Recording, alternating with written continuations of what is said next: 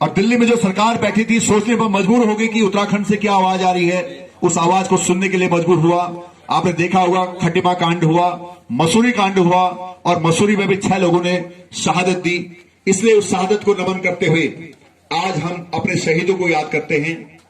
आगे कार्यक्रम चलाने से पहले हम उत्तराखंड के सभी शहीदों को नमन करते हैं और मैं एक नारा लगाऊंगा, उत्तराखंड के शहीद अमर रहे। आप कहेंगे अमर रहे, अमर रहे, क्योंकि जिनकी बदौलत आज हम इस राज्य में बैठे हैं, हमें उत्तराखंडी होने का गौरव प्राप्त है। उन शहीदों को, उन पूर्वजों को हम भुला नहीं सकते। उनके प्रति हम सब कृतज्ञ हैं, नतमस्तक हैं, नमन करते हैं। तो इसलिए जोरदार नारा शहीदों के सम्मान में लगाएंगे, उत्तराखंड के शहीद अमर रहे, अमर रहे, अमर रहे। उत्तराखंड के शहीद अमर रहे, अमर रहे, अमर रहे। धन्यवाद। तो साथियों, मैं बात कर रहा था कि हमारे उत्तराखंड को बने हुए 20 साल हो गए। यहां की जनता ने एक बहुत बड़ा आंदोलन लड़ा, हम भी उसका हिस्सा थे। आज 44-45 साल हमारी उम्र हो चुकी है और उस वक्त हमने भी उस आंदोलन में कई प्रकार से हिस्सा लिया था। छात्र हुआ करते थे, पैदल यात्राएं की, सभाएं की और हमारे कुछ साथियों ने उसमें शहादत दी। कुछ क्रांतिकारियों ने बहुत आगे बढ़कर उसमें भाग लिया, जिनकी बदौलत आज हमें उत्तराखंड मिला। लेकिन सवाल यह है कि उत्तराखंड मिल तो गया, लेकिन उत्तराखंड जिस अवधारणा के साथ हमने चाहा था, जैसा उत्तराखंड चाहा था, वो इन 20 सालों में हमारी सरकारें नहीं बना पाई। हमने सोचा था कि हमारे नेता हमारे सरपरस्त बनेंगे, विकास की बात करेंगे और उत्तराखंड विकास की बुलंदी को छुएगा। लेकिन अफसोस ये रहा कि विकास की बजाय हम विनाश की तरफ चले गए। हम विनाश की तरफ बढ़ते गए और बढ़ते बढ़ते बढ़ते आज ऐसा हो गया कि उत्तराखंड का सारा सरकारी खजाना खाली हो गया। उत्तराखंड में आज तनख्वाह देने के लिए भी सरकार प्राइवेट मार्केट से कर्जा निकालती है और तब जाके सैलरी देती है। हालांकि डबल इंजन की सरकार कहा गया था। हमारा जीएसटी का 2500 करोड़ रुपया आज केंद्र सरकार के पास है, लेकिन वो रिलीज नहीं करते। आपने देखा अभी कुंभ आ रहा है, कुंभ चल रहा है, लेकिन बहुत सुनसानी है, क्योंकि जो 4800 का बजट केंद्र सरकार ने देना था उसमें केवल 800 करोड़ रुपए दे पाए और वो 800 करोड़ भी यहाँ के नेताओं की भेंट चढ़ गया, बंदर बाट हो गई और कुंभ में कुछ भी काम नहीं हुआ। तो बहुत नीरस कुंभ इस बार का महाकुंभ हो रहा है और उस पर कोविड का दिया जा रहा है। आपने देखा 2-3 दिन पहले हमारे यहाँ आपदा आई, उन आपदा में भी जिन लोगों ने जान गंवाई, आम आदमी पार्टी के तमाम क्रांतिकारी साथी, इस प्रदेश की जनता अपनी श्रद्धांजलि व्यक्त करते हैं उनके प्रति, और जो लोग हताहत हुए हैं उनके प्रति हमारी संवेदना है। हमारे माननीय मुख्यमंत्री अरविंद केजरीवाल जी ने कहा था कि उत्तराखंड की जो भी सहायता होगी हर संभव सहायता करने की कोशिश करेंगे और हमारे सभी कई कार्यकर्ता चमोली जिले के उन हताहतों की सेवा में लगे पड़े हैं। मैं उन क्रांतिकारी साथियों को भी यहां से सलाम करता हूं। और आप देख सकते हैं कि आपदा आई, केदारनाथ आपदा भी यहां पर आई थी। उस आपदा में झील बन गई थी और कुछ दिन बाद वो झील फटी थी, तो एक बड़ा सैलाब आया और बहुत लोगों को अपनी जान की बाजी देनी पड़ी। तो ऐसा ही कमोबेश वैसी ही घटना ये परसों हुई है। लेकिन अफसोस है कि हमारे पास कोई इंटेलिजेंस सिस्टम नहीं होता है, हमारे पास कोई आपदा को मॉनिटर करने का सिस्टम नहीं होता है, जिसकी भेंट हम चढ़ जाते हैं।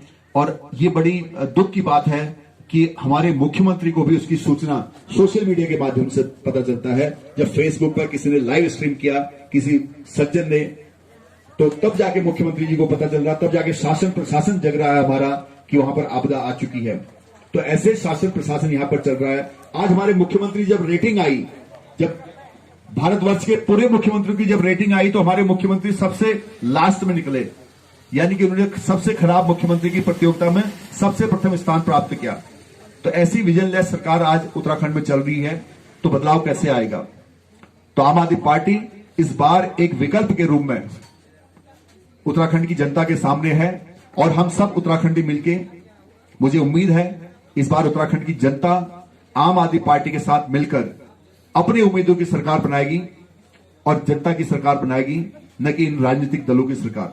आपने देखा होगा कि सरकार में अगर इच्छा शक्ति होती है तो जो मूलभूत सुविधाएं जनता को चाहिए उसके लिए काम करती है। अगर हमारी सरकार दिल्ली में आई तो सबसे पहले बिजली पानी पर काम हुआ, क्योंकि गरीब व्यक्ति जो झोपड़ी में रहते हैं उनको पानी भी चाहिए, उनको बिजली भी चाहिए, उनकी इनकम कम होती है, तो उसमें उनको राहत देगी। पानी फ्री किया गया, बिजली हाफ किया गया, 200 यूनिट बिजली फ्री की गई, तो एक झोपड़ी वाले मुश्किल से 100 यूनिट या 150 यूनिट महीने में खर्च करते हैं तो उनका बिल 0 आता है। पहले बिल 1000 रुपए आता था, पानी का बिल 800 रुपए आता था, तो सीधे तौर पर उनका 1800 रुपए की महीने की बचत होने लगी। वो बचत उन्होंने फिर दूसरी चीजों में की, उससे उन्होंने अपना अच्छा खाना खाया, किसी ने अपने बच्चों को पढ़ाया, तो अपने परिवार को उन्होंने खर्च किया। और दिल्ली की इकोनॉमी लगातार बढ़ती है। उसका कारण यह है कि दिल्ली का टैक्स कलेक्शन हमेशा हर साल बढ़ता है। जब आम आदमी पार्टी की सरकार 6 साल पहले वहां पर आई थी, तो पहले टर्म में दिल्ली का टैक्स कलेक्शन था 25,000 करोड़ रुपया, और आज वो टैक्स कलेक्शन 6 साल में हमारी सरकार ने बढ़ाकर 70,000 करोड़ कर दिया है। तो अब कैसे किया? इसके पीछे बहुत सिंपल इकोनॉमिक्स है। अरविंद केजरीवाल जी ने दिमाग लगाया, क्योंकि वो कमिश्नर रहे, इनकम टैक्स में कमिश्नर रहे। उन्होंने सिंपल ये सोचा कि अगर टैक्स हाई होता है तो जनता देती नहीं है, तो उन्होंने सबसे पहले दिल्ली के टैक्स को भी कम किया।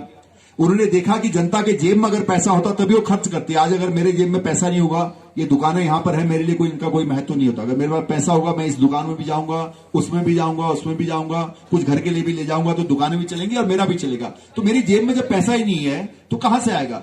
आज उत्तराखंड की सबसे बड़ी समस्या यह है कि लोगों की जेब में पैसा नहीं है, जबकि उत्तराखंड पर कैपिटा इनकम, जो प्रति व्यक्ति आय है, उसमें बहुत हाई लेवल पर है।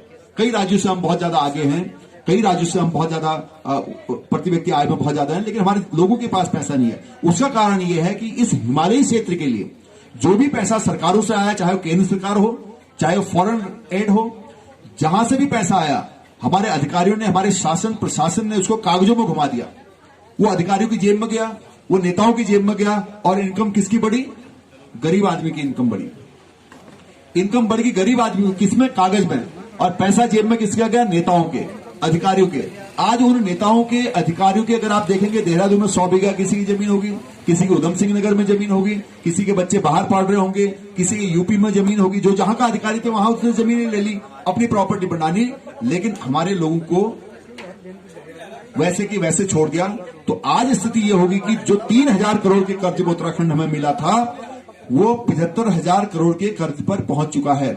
और त्रिवेंद्र सिंह रावत जो हमारे माननीय मुख्यमंत्री हैं, 20-22 हजार करोड़ का कर्ज लेके सबसे ज्यादा कर्ज लेने वाले मुख्यमंत्री बन गए। अगर सबसे ज्यादा कर्ज लेने वाले मुख्यमंत्री का ताज किसी के सर पर जाता है, तो माननीय मुख्यमंत्री, वर्तमान के मुख्यमंत्री और इस भारतवर्ष के सबसे खराब मुख्यमंत्री में प्रथम स्थान प्राप्त करने वाले माननीय श्री त्रिवेंद्र सिंह रावत जी के सर पर जाता है वो ताज। वो रिकॉर्ड उनके नाम हो गया है, सबसे ज्यादा कर्ज लेने वाले मुख्यमंत्री। तो कहने को यह है कि बहुत सारी चीजें हैं। आज इस प्रदेश में पूरा हाहाकार मच रहा है। ये जो पहाड़ है, इसके पीछे अगर हम देखते हैं तो बहुत बड़ा उत्तराखंड है। आज उत्तराखंड का 84% लगभग पहाड़ी क्षेत्र है, जो देहरादून से नहीं दिखता है। देहरादून से चारों तरफ अगर हम देखते हैं तो पहाड़ और पहाड़ दिखते हैं। अगर उन पहाड़ों के पीछे हम जाएं तो बहुत बड़ा दर्द है। मैदान की तरफ देखें तो बहुत बड़ा दर्द है। आज लोग चारों तरफ परेशान हैं और सरकार हाथ पर हाथ धरे बैठी है। मुख्यमंत्री जी ने 50 डिपार्टमेंट अपने पास रखे हैं। 4 साल हो गए, 1/4 मंत्रिमंडल उनका खाली है। उनके वित्त मंत्री जी गुजरे थे, 1.5 साल हो गया, आज तक वित्त मंत्री नहीं खोज पाए। तो 50 डिपार्टमेंट अपने पास जो रख रहे हैं, उसका सीधा सा कारण यह है कि जो भी बजट आता है, उस बजट को वो अपने डिपार्टमेंट्स के द्वारा अपने चहेते ठेकेदारों को देते हैं, ताकि वसूली हो पाए। तो जब डायरेक्ट वसूली होती है तो वो पैसा फिर नेताओं में पड़ता है। तो हमारी सरकार और इन सरकारों में यह अंतर है कि जो हमारी सरकार कमीशन का पैसा जो होता है, कमीशन खोरी बंद करती है, भ्रष्टाचार बंद करती है, उससे जो आमदनी होती है वो जनता को देती है। जैसे दिल्ली में बिजली और पानी दिया है। बहुत सिंपल सी बात है। दिल्ली में जो कई पुल बने, आपने सुना हुआ समाचार पत्रों में कि फला पुल 350 करोड़ का उसका बजट था, 250 करोड़ में हो गया।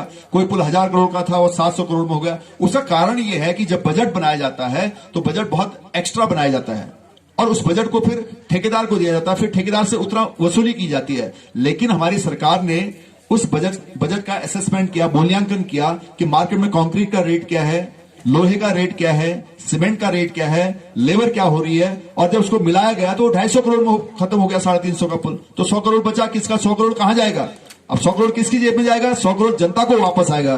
क्यों आएगा? क्योंकि जनता का पैसा था।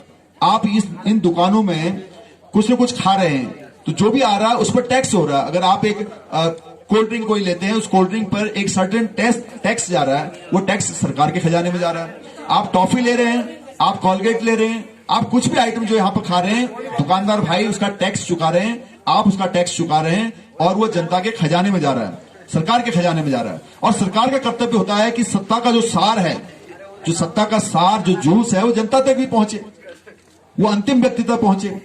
तो सत्ता का सार जो अंतिम व्यक्ति तक पहुंचे, वो सरकार अच्छी होती है। इसलिए आम आदमी पार्टी की आइडियोलॉजी है, आम आदमी पार्टी का दर्शन है कि सत्ता का सार अंतिम व्यक्ति तक पहुंचना चाहिए। इसलिए सरकार निम्न वर्ग पर जो है पहले ध्यान देती है और उच्च वर्ग के लिए भी टैक्सेशन कम करती है, तो व्यापारी वर्ग की भी बात करती है, सबकी बात करती है। उत्तराखंड में आज तक कोई भी ऐसी सरकार नहीं आई जिसने व्यापारियों की बात की हो या होटल मालिकों की बात की हो। व्यापारियों को सभी सरकारें एक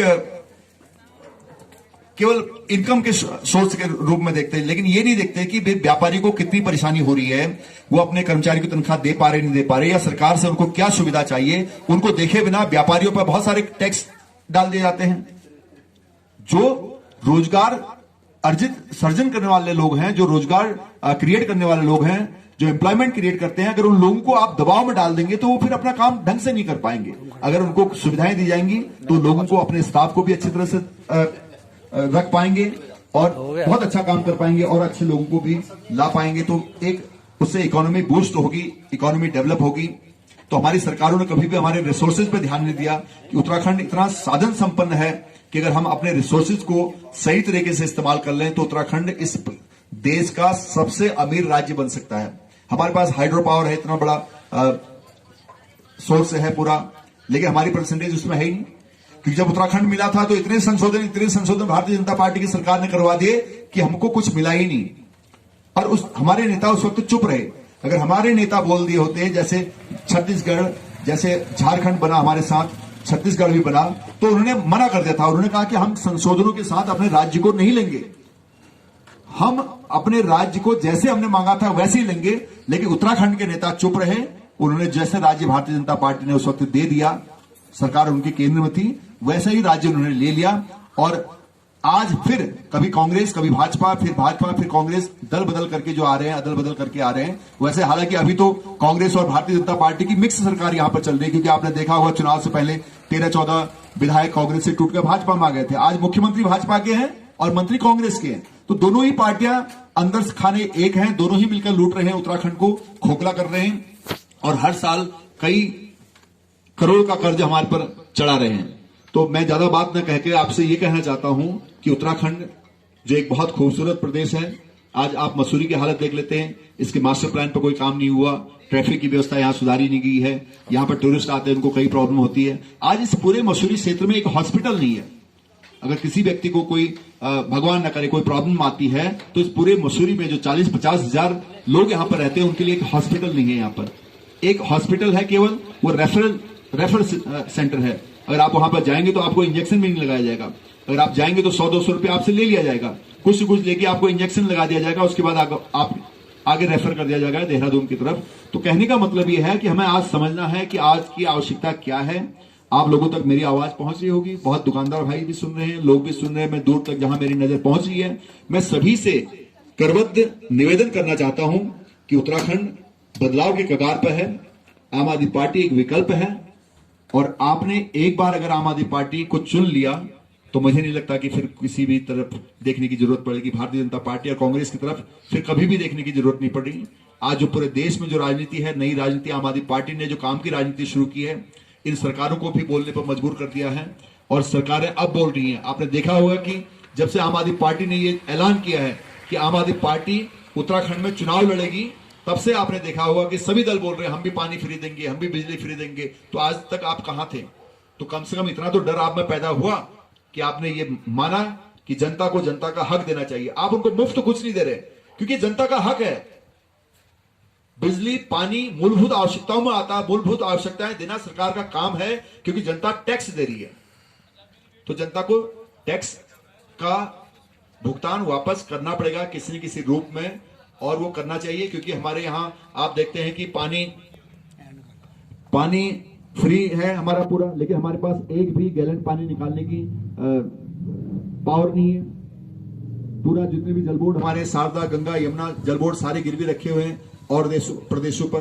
तो कहने को बहुत सारी चीज है, लेकिन मैं आपका ज्यादा टाइम ना लेते हुए अपनी बात को यहीं पर रखूंगा, अपनी वाणी को विराम दूंगा कि आप सोचें। मनुष्य विवेकशील प्राणी है, उसमें भी मसूरी की जनता हमारी बहुत समझदार है। जनता को समझना होगा कि हमें किस तरफ जाना है।